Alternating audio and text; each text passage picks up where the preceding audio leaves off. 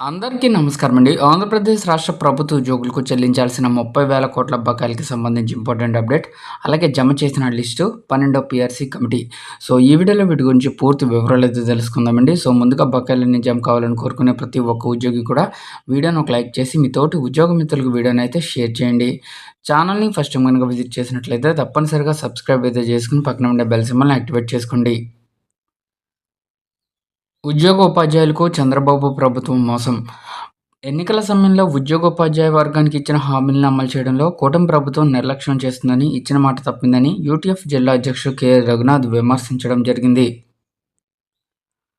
ఆదివారం పాడేరులో యూటీఎఫ్ జిల్లా కార్యవర్గ సమావేశం నిర్వహించారు. ఆయన మాట్లాడుతూ, ఎన్నికలకు ముందు ప్రతిపక్ష హోదాలో టీడీపీ పెద్దలు అనేక హామీలైతే ఇచ్చారు.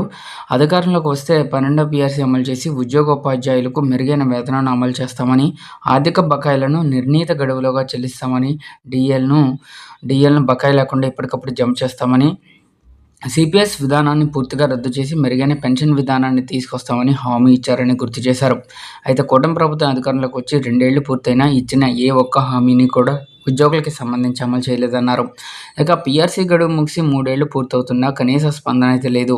పీఆర్సీ అమలు కాకపోవడంతో పదవీ విరమణ చేస్తున్న ఉద్యోగోపాధ్యాయులకు తీవ్రంగా నష్టమైతే వాటిల్లుతుంది.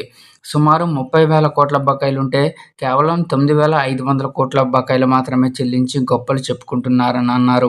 సో, కాబట్టి మిగిలిన బకాయిలన్నీ కూడా చెల్లించే విధంగా ప్రభుత్వం వెంటనే చర్యలు తీసుకోవాలి. 3 ఏళ్లుగా సరెండర్ లీవ్ బకాయిలు చెల్లించలేదు. ప్రతిపక్షంలో ఉన్నప్పుడు ఒకలా, అధికారంలో ఉన్నప్పుడు ఒకలా వ్యవహరించడం కూటమి పార్టీలకే చెల్లిందన్నారు. ఇన్ సర్వీస్ ఉపాధ్యాయులకు ప్రత్యేక టెట్ నిర్వహించాలని ఆయన డిమాండ్ చేశారు. తమ సమస్యలను పరిష్కరించకపోతే కూటమి ప్రభుత్వం ఉద్యోగుల ఆగ్రహాన్ని చవిచూడక తప్పదని హెచ్చరించారు. యూటీఎఫ్ జిల్లా గౌరవ అధ్యక్షుడు చిట్టిబాబు తదితరులైతే ఈ కార్యక్రమంలో పాల్గొనడం కూడా జరిగింది.